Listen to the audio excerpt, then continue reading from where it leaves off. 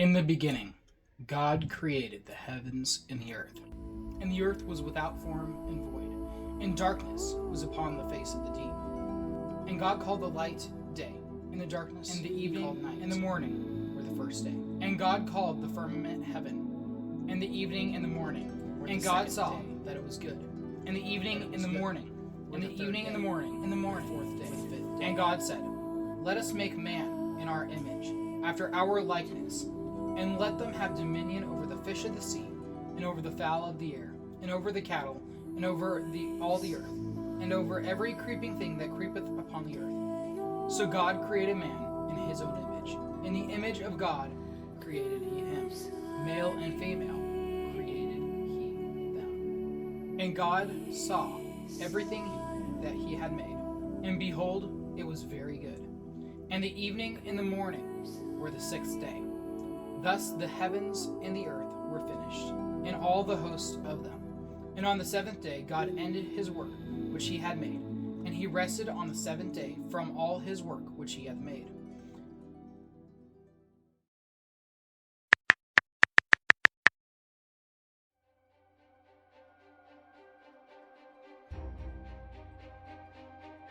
This is how everyone universally interpreted the physical universe based on scripture. Science comes along and said, no, that's just false. And over time, the Bible became less and less used as a science textbook by enlightened religious people, and more used as just a source of spiritual fulfillment. And they're not getting their science out of the Bible because those attempts simply fail. No one created the universe, but no one directs our fate.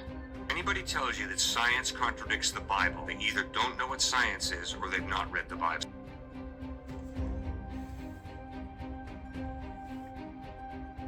I grew up a Christian. I believed in God since I was a child. I know he exists and that the Bible is true. As I grew up, I fell in love with science. The complexity of God's creation amazed me. Modern day scientists claim that God didn't create the world as described in Genesis. Rather, they believe the existence of our world can be explained through evolutionary processes. But is that all there is to the beginning of life? An accidental process that brought us into existence? Or is the Bible scientifically accurate and truly inspired by our Creator?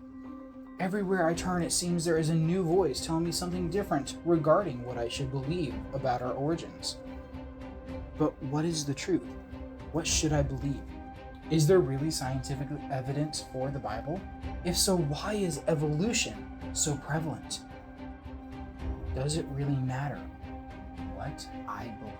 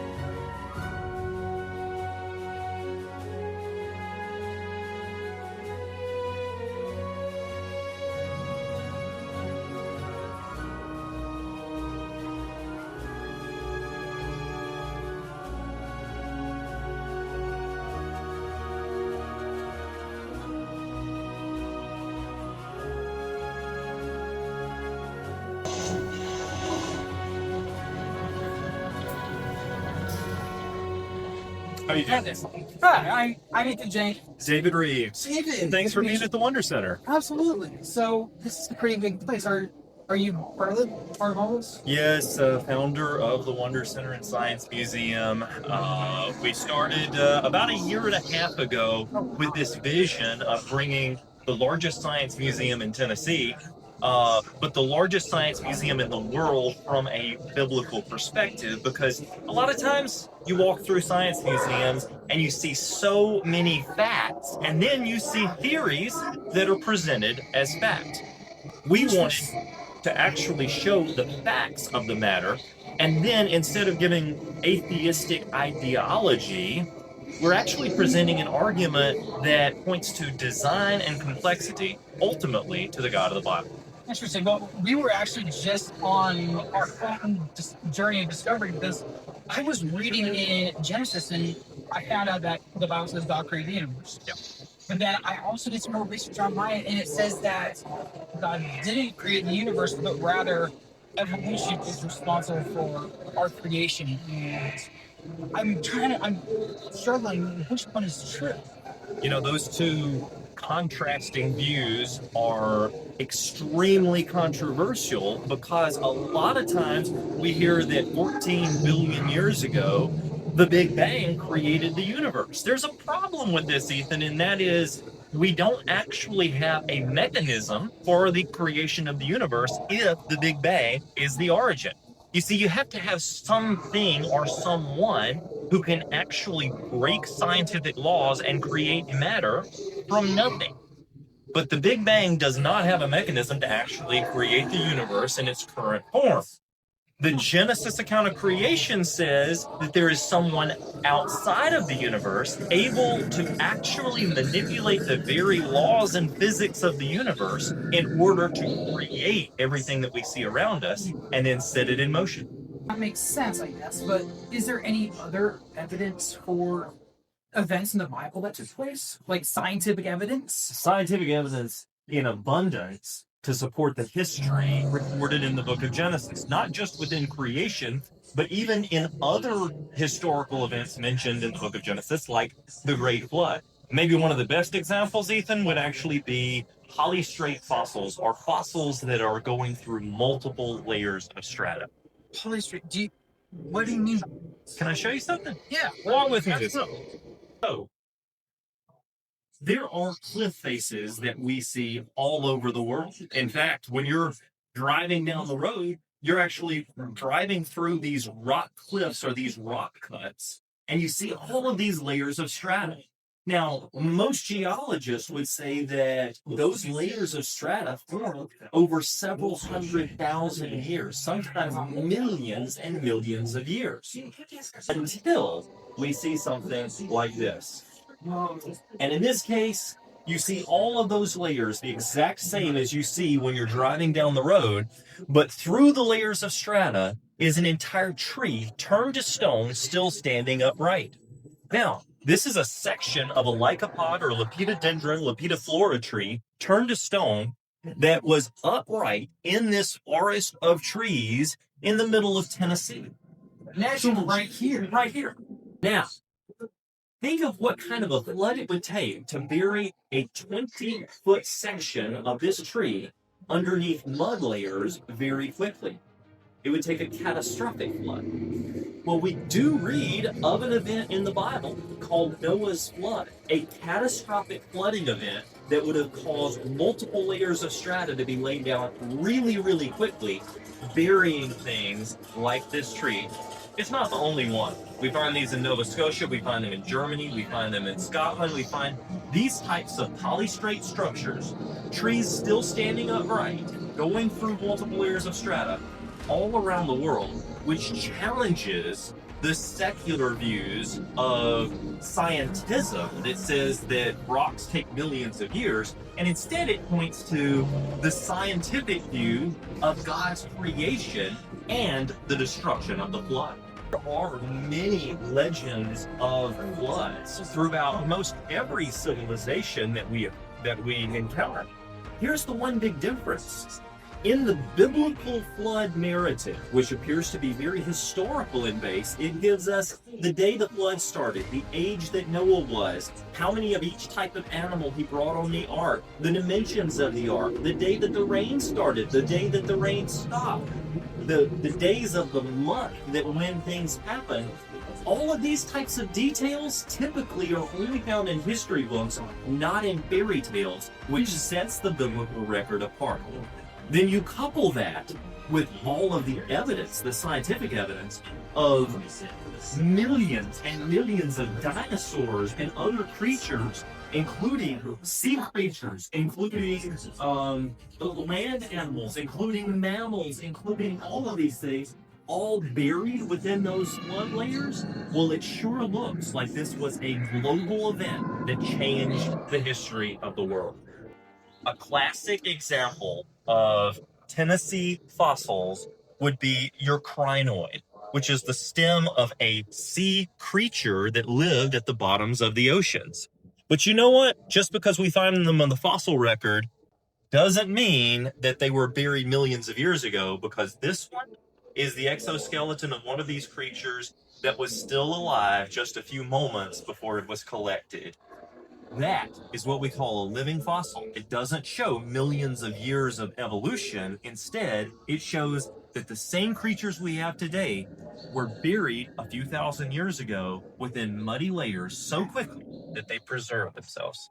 Because evolution was true, we should see change over the millions of years between when we find the fossilized ones and the ones we see today. Yep. They should be completely different, and yet they're not. So then, how in the world do you explain the changes that evolutionists claim they are discovering as evolution? Yes, so evolution is such a broad term that it's hard to pin it down. If you say that evolution is change, then I'll have to say I believe in evolution. But if you say that evolution is adaptation, then I'm going to say I believe in evolution.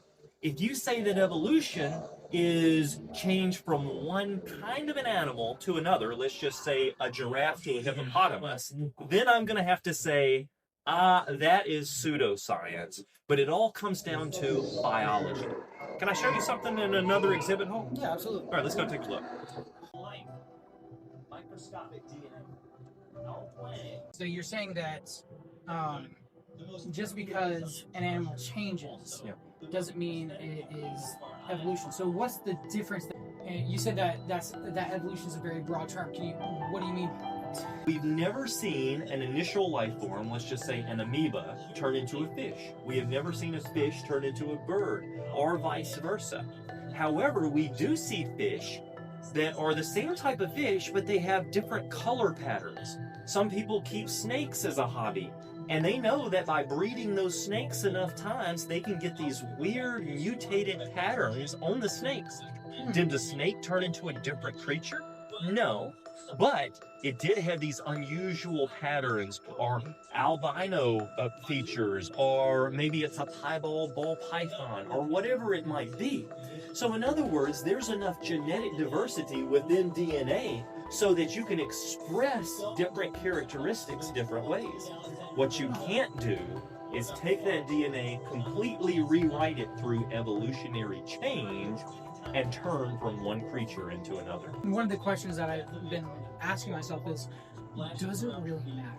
Yeah. Like, does it matter what I believe? Why can't I believe that God created the universe and believe that there's scientific evidence out there for that, and then just let the evolutionists believe what they want to believe, and we all just live in harmony?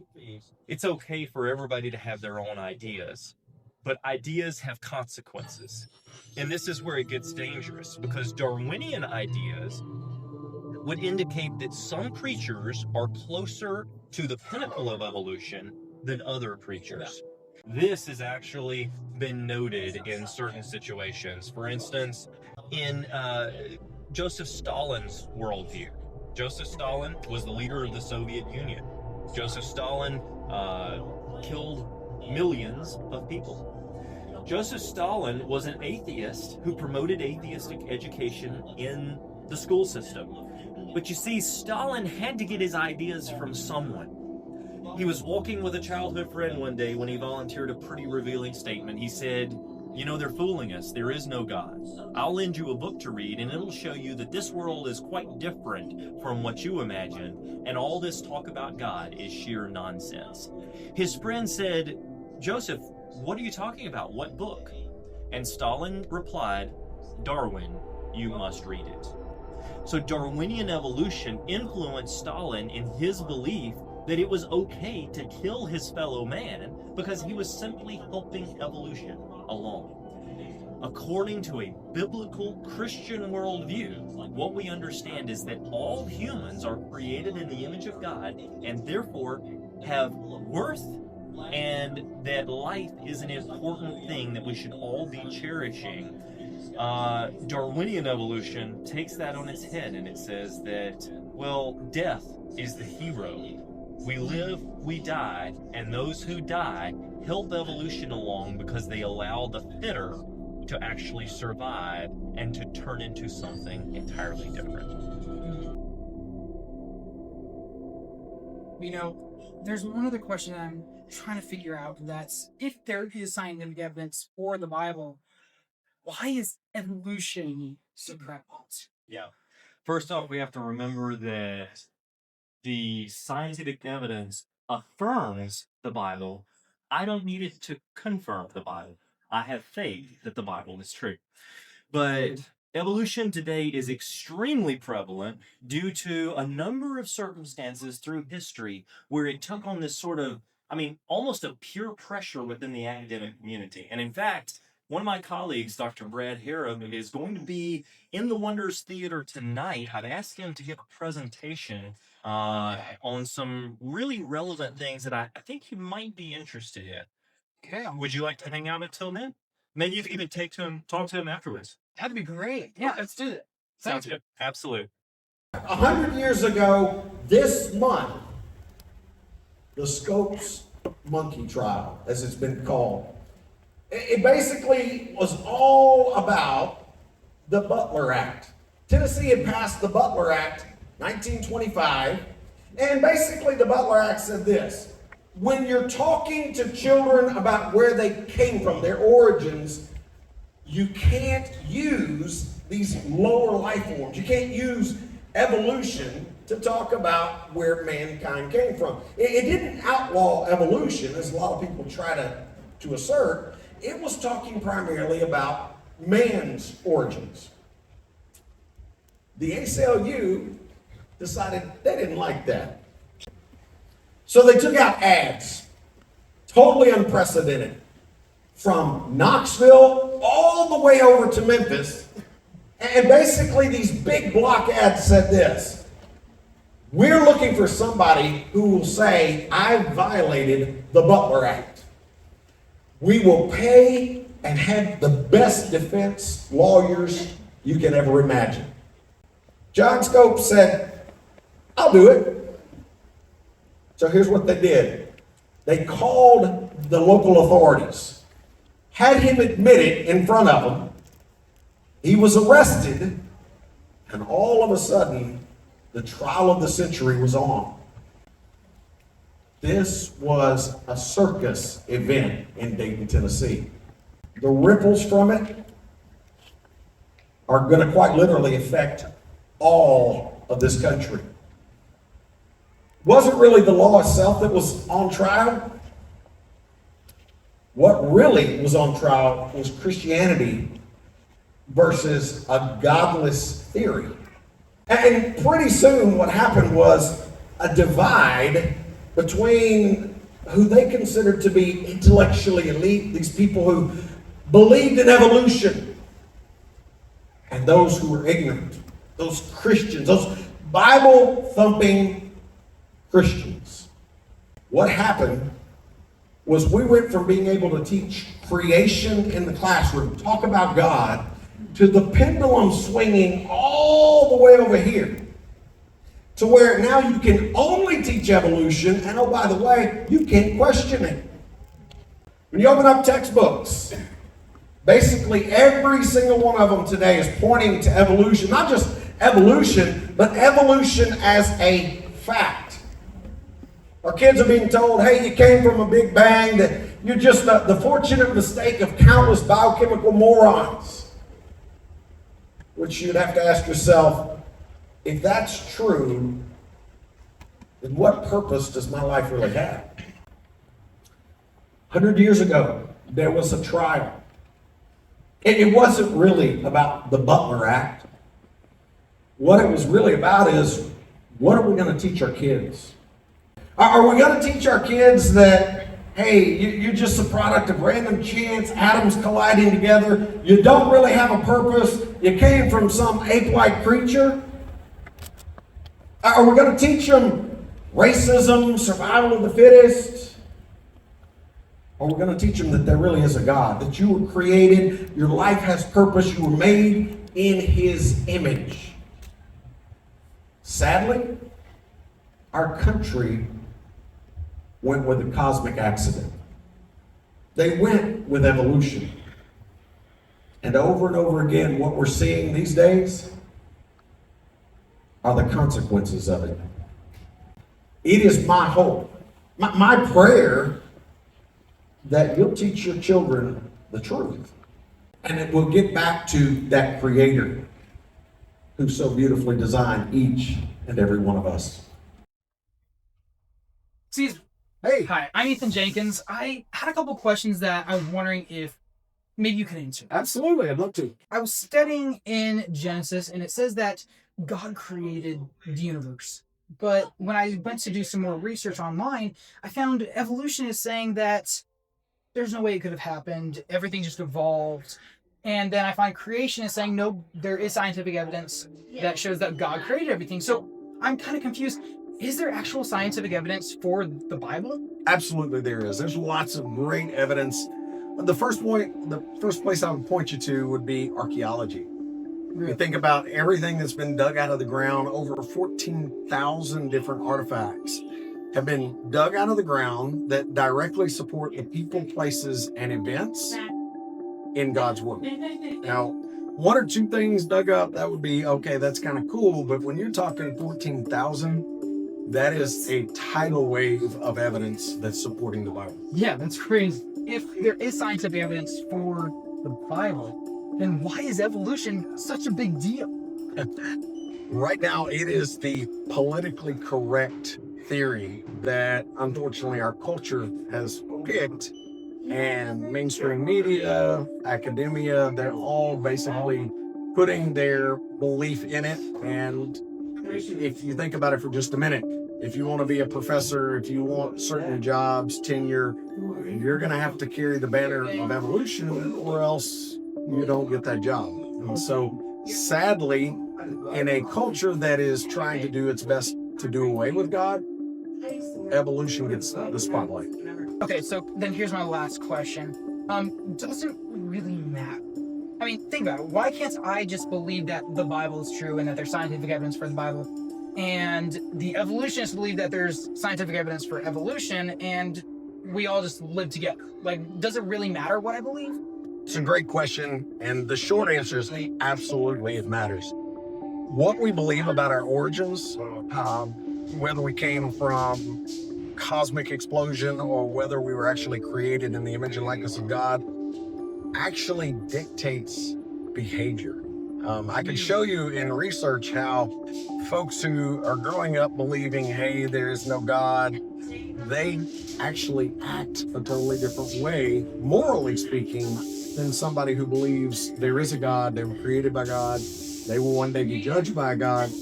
Two totally different aspects. And so the consequences of what we believe about our origin matter a whole lot. I personally, I would encourage you, keep on digging for evidence. In fact, I'd encourage you, go to where this kind of all started, Scopes Monkey Trial, Dayton, Tennessee. Look for some answers there. Okay, Dayton, Tennessee. I'll have to check that out. You know, I might know a guy who could help me.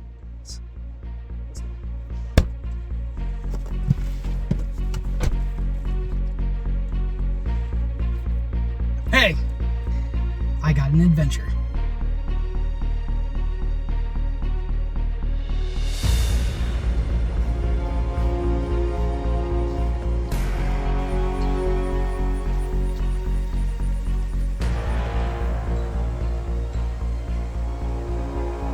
All right, you guys, I'm here in Dayton, Tennessee, just as Dr. Brad Harab suggested. And you know that friend that I told you might be able to help me?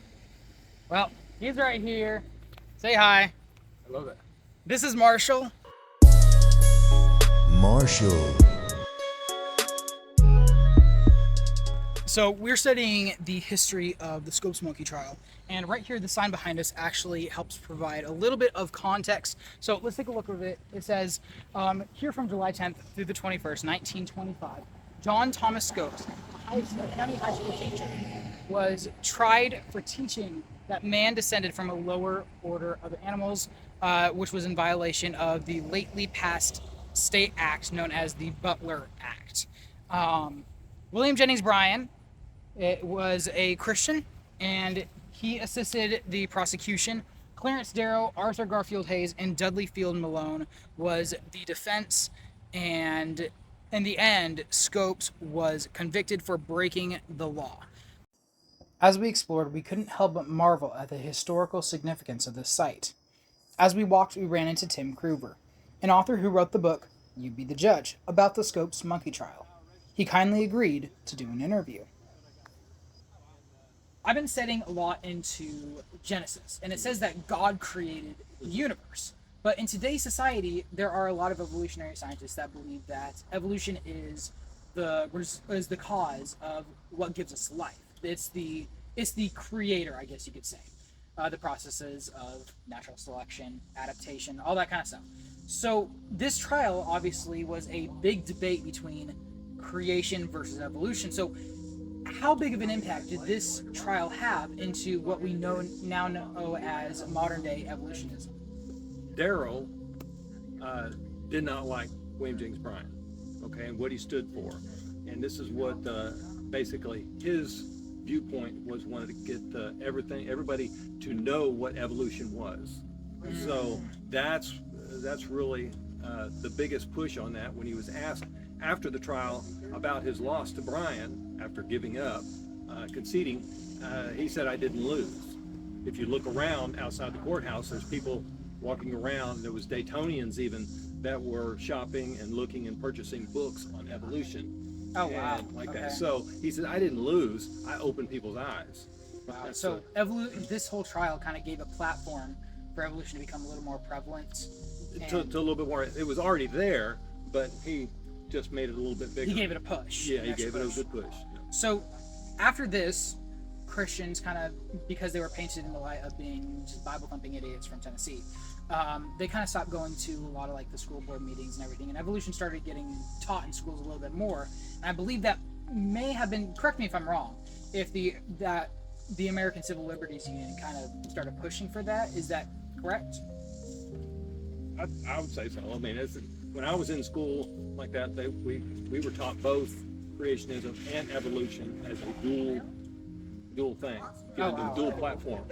Now, nowadays we see that people are being, kind of like banned from schools for teaching the other side at all. Like, yeah, which is not right, because it ought to be, if anything, an equal billing. You pick the side that you want to be on, like that, and we've all got choices. So if we take the wrong choice, that's our fault. That's but true. If we're following Christ, then we're going to pick the right choice to start with. So, Wow. So now I got to ask you one last question here. Okay. Does it really matter? I mean, think about it. Just like you were taught both sides, doesn't matter which side we choose. Why can't I believe what I want to believe, let someone else believe what they want to believe? Like, how do we know which one is true? Does it really matter? Well, it does really matter if you're a Christian, like that. I don't think you can believe on the other side. You can't. You can't believe on the other side if you are the Christian. We've seen a lot of things in evolution have been denounced and proven wrong, and everything. So that just makes Christianity that much more correct. I appreciate it. Thank you so much. No problem. It was great. So we just got done with an interview with Tim Kruger, right? He kind of brought up a good point that, yes, it does matter what we believe, but we are also given choice, right? Mm-hmm. What do you think about that? Like, does it matter enough for me to study, the Bible? Does it matter enough for me to study creation science? Yes and yes, because I do firmly believe that science in this world is significant. Okay. It is how Lord has given us the chance to understand everything about this world through his word, and it's brought down to a level where our minds can comprehend. Wow. Okay, so if God then designed the universe so that we can understand it if we study, then should we be able to see science that fits with the Bible? Yes, absolutely, 100%. No doubt. And I think that our next step should be going out into creation Yes. and seeing if we can see evidence for the Bible. So let's do it. To thrift store. To the thrift. We did go to a thrift store, but then it was time for dinner.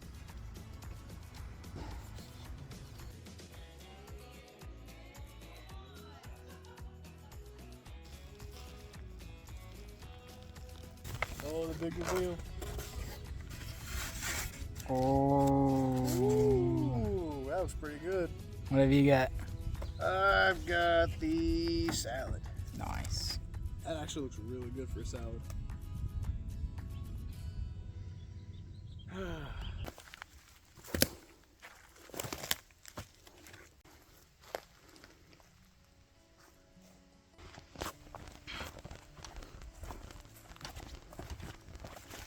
Now this is a stick.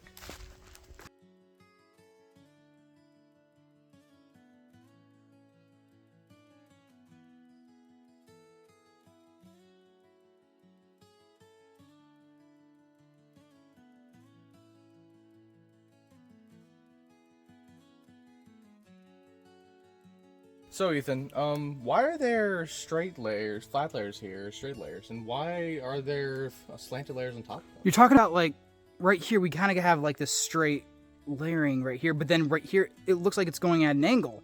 But then if we go further up, it's straight again. So how does that work? I mean, according to the evolutionary theory, it should have been laid down slowly over a long period of time, right? Yes. And yet when we see these layers being straight, okay, that makes sense. But then these slanted ones, isn't the only way that these can be formed is through massive water currents, right? Yeah. If water currents are the only thing capable of bending these layers right here while maybe they're still soft, then I guess we have another piece of evidence for the worldwide flood. Yes, absolutely. Because if evolution is true and uniformitarianism is true, it should all be straight. So I think this provides another piece of evidence for the worldwide flood. Absolutely. Yeah, I'm not exactly sure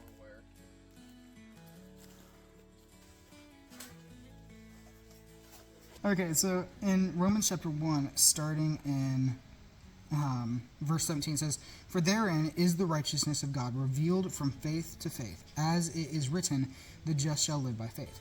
For the wrath of God is revealed from heaven against all ungodliness and unrighteousness of men, who hold the truth in unrighteousness, because that which may be known of God is manifest in them, for God hath shewed it unto them. For the invisible things of him from the creation of the world are clearly seen, being understood by the things that are made, even his eternal power and Godhead, so that they are without excuse. Because that when they knew God, they glorified him not as God, neither were thankful, but became vain in their imaginations, and their foolish heart was darkened. Professing themselves to be wise, they became fools, and changed the glory of the uncorruptible God into images made to look like corruptible man, and to birds, and four-legged beasts, and creeping things." So then it continues on in verse 25, it says, "Who changed the truth of God into a lie, and worshipped and served the creature more than the Creator, who is blessed forever. Amen." That's what we see today, isn't it? With evolution and Darwinism and uniformitarianism, they can see the evidence. They look at the exact same layers that we do. Yep. And they say, no, you know what this is? This is actually nature. They glorify the created things rather than the creator. They start worshiping their own knowledge. Yeah, and it says that because professing themselves to be wise, they became fools. I think when we study the Bible, when we study the worldwide flood, it makes sense to believe that the Bible is telling the truth because we see the evidence for it in creation. We literally went out into creation to discover if there was scientific evidence for the Bible. We found it. I think there's one more place we should check out. We're about to head to a specific lost sea, aren't we? I think so. Let's go.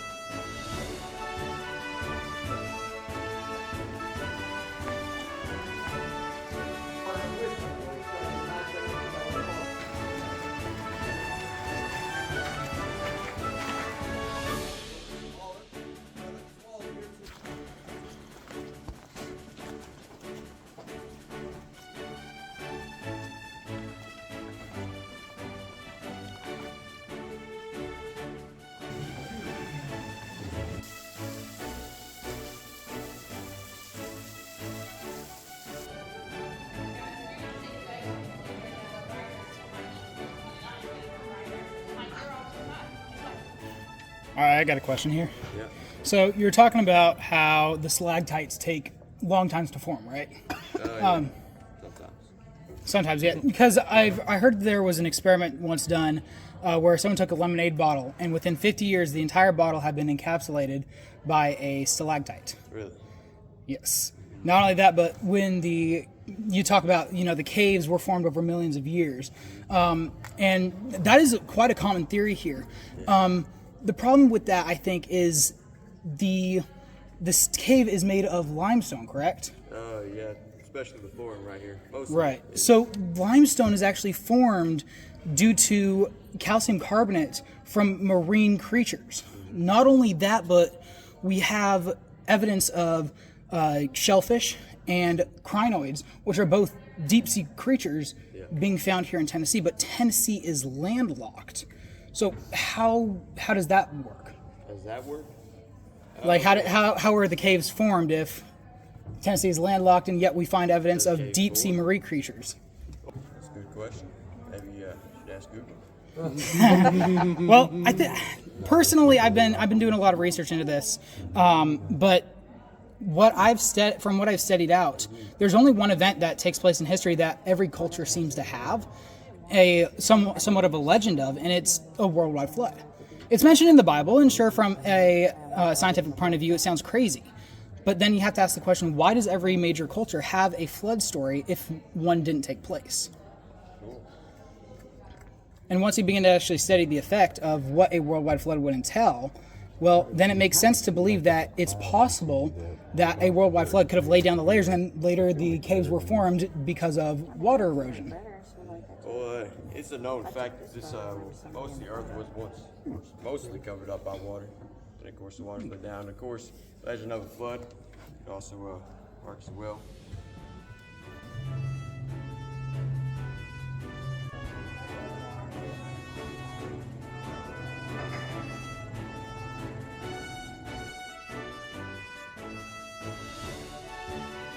These fish are not natural to lake.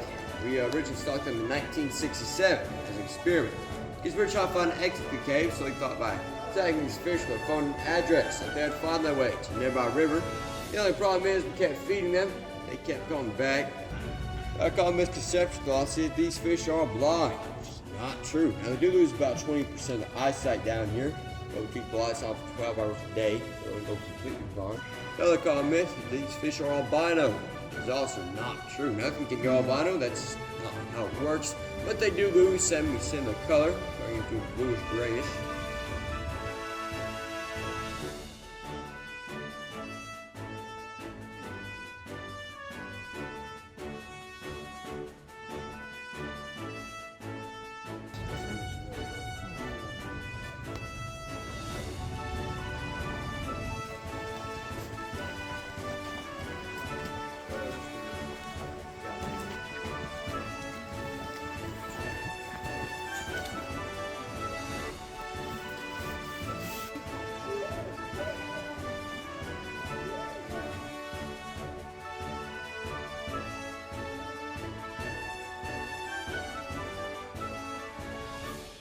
We are just now out of the cave, and initial thoughts? What do you think? It was all in all, it was an amazing cave. An amazing caving experience, amazing cavern. The Lost Sea is beautiful, it's clear.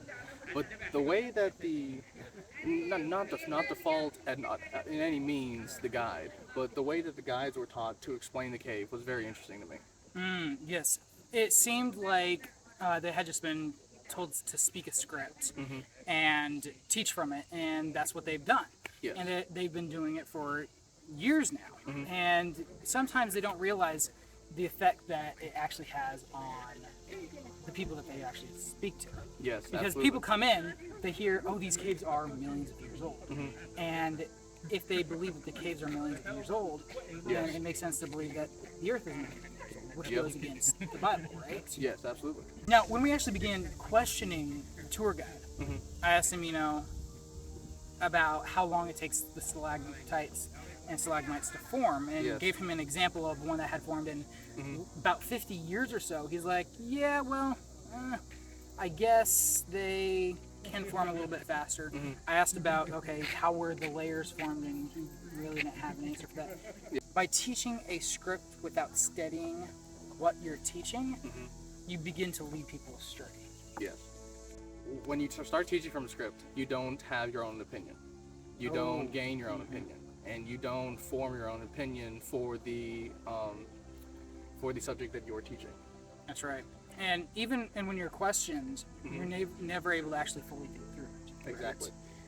Which is, not really surprising. The tour guide didn't have any answers for any of the questions that we asked, provided when we gave evidence for an opposite side, and he's like, he kind of agreed, like, okay, let's kind of get this over with because I don't have any clue. It really begins to make people question, do you actually know what you're talking about? Yeah, absolutely. It's interesting because the tour guide, he also believed that the world was once one big lost sea. Yes, he did. He said that maybe at one point the world was covered in water. And that's kind of interesting because if you choose to believe that, you are referencing a worldwide flood.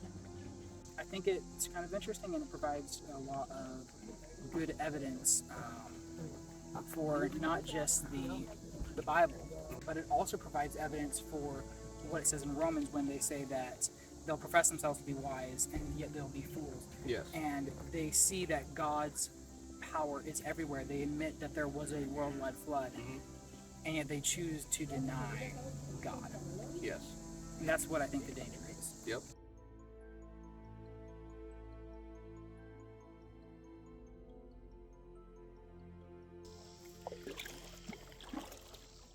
All right, so as you guys can see, I am kayaking here on a river in Tennessee. And the reason I'm doing this is because I really got to thinking about what David said about why we find so many fossilized trees in the geologic records. And it really got me thinking because modern-day evolutionary scientists and paleontologists and uniformitarianistic thinkers, they say that the present is the key to the past. That whatever rate happened today, that's what happened in the past. So I came out here to see, okay, what is the rate of erosion? What is the rate of laying down layers? Kind of looking around, seeing what I can see. Will I find evidence of trees being fossilized? I'm here on an adventure, and let's see what we can see.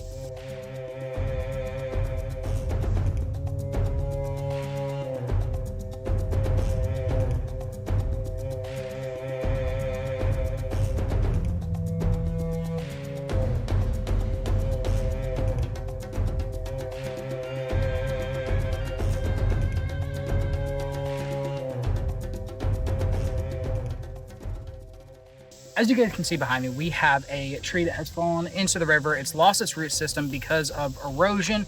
And this is actually quite common.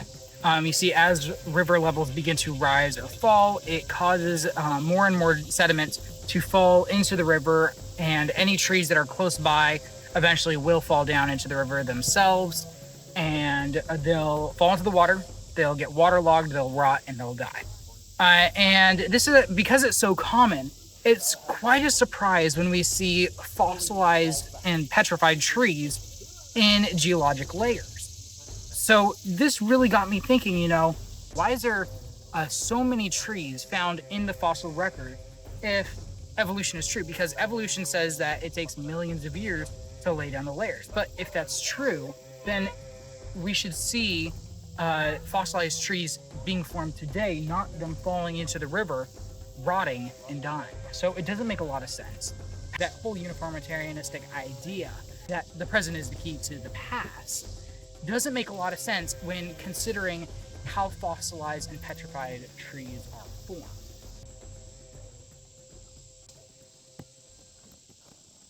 So one of the cool things about the Tennessee rivers that we find out here is the biodiversity, including a lot of shellfish.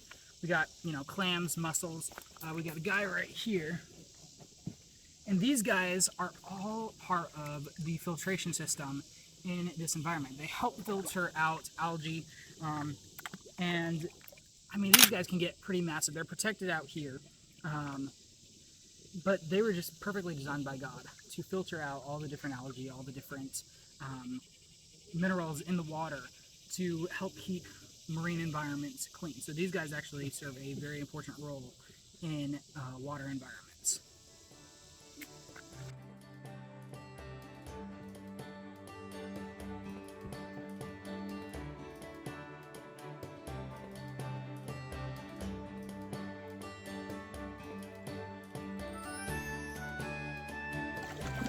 So as you guys can see beside me, this limestone layering has been eroded away over the years.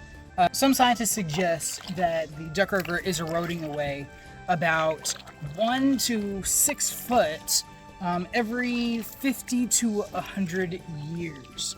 And it doesn't sound like a whole lot, but when you think about it, a tree doesn't take up that much square footage. So as the river begins to erode away, and we've already seen so many fallen trees, it just takes the right necessary conditions. You also have to remember that that number is completely dependent that the river stays at the exact same rate throughout the year, and yet we don't see that. We get massive storms, and the river level rises, or flash flooding, and suddenly this entire landscape gets changed in an instant. Now, some evolutionary scientists will suggest that the rock layers were laid down over millions of years of slow, gradual processes without any changing rate. They say that the present is the key to the past, and yet when we look at the present, we see natural disasters. And yet, evolutionary and paleontological scientists, along with uniformitarianistic thinkers, refuse to acknowledge the possibility of natural disasters having a hand in laying down the layers that we see all over the world.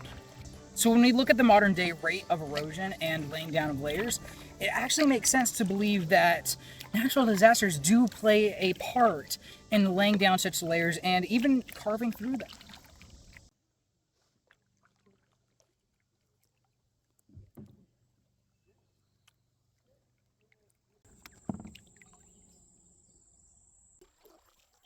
When we started this journey, I had no clue where it would take us. But now, we are faced with the same questions which started us on this quest. In speaking with David Reeves and Dr. Hare, we discovered that the geologic and historical accounts are consistent with the Bible. When we did our own research, Marshall and I saw how this world shows evidence of a creator. Despite the evidence, evolutionary ideology is still the norm. Further investigation revealed that the Scopes monkey trial gave a massive platform to evolution, and Christians afraid of being classified as Bible-thumping idiots or unintelligent became afraid to stand up for their faith. This led to the teaching of evolutionary ideology without questioning the evidence or doing personal research. But finally, does it really matter? Firstly, the Bible is in complete opposition to the theory of evolution. Both can't be true. If evolution is true and there is no God, there is no purpose to life. Survival of the fittest is what matters. This leads to racist ideology and eugenics. So, how do we know what is true? Which side should we believe? When we look through the evidence, through science and creation, it clearly supports the biblical account again and again. Therefore, it makes logical sense to trust the Bible as true. Or as the book of John says, thy word is truth.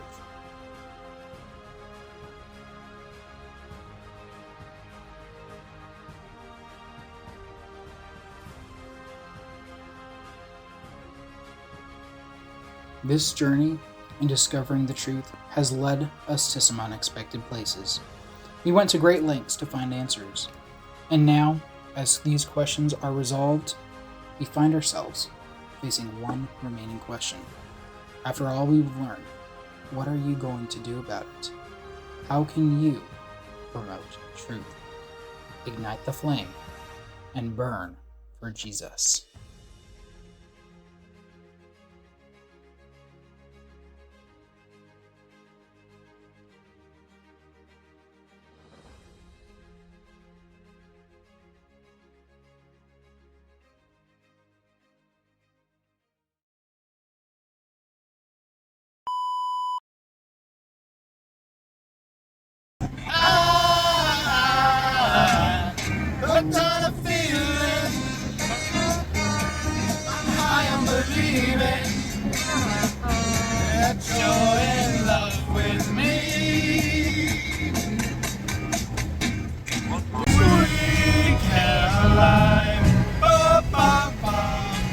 Times never seem so good, so good, so good, so good.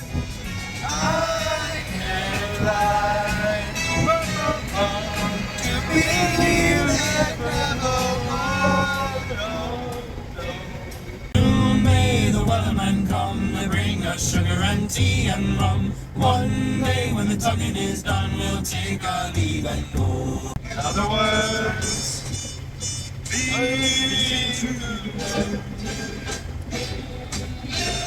in other words, I love you.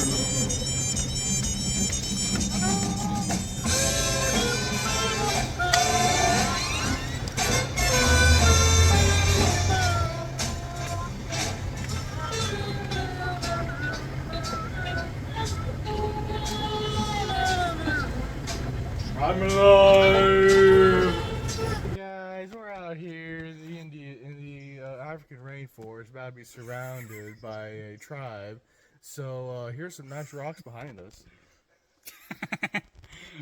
Like we need some background music. You want to hook you up? I got you. Can we pet them? Take, for example, this guy right here. This guy. Oh, he's dead. Never mind. I gotta redo that. He's dead. Okay. Like right here.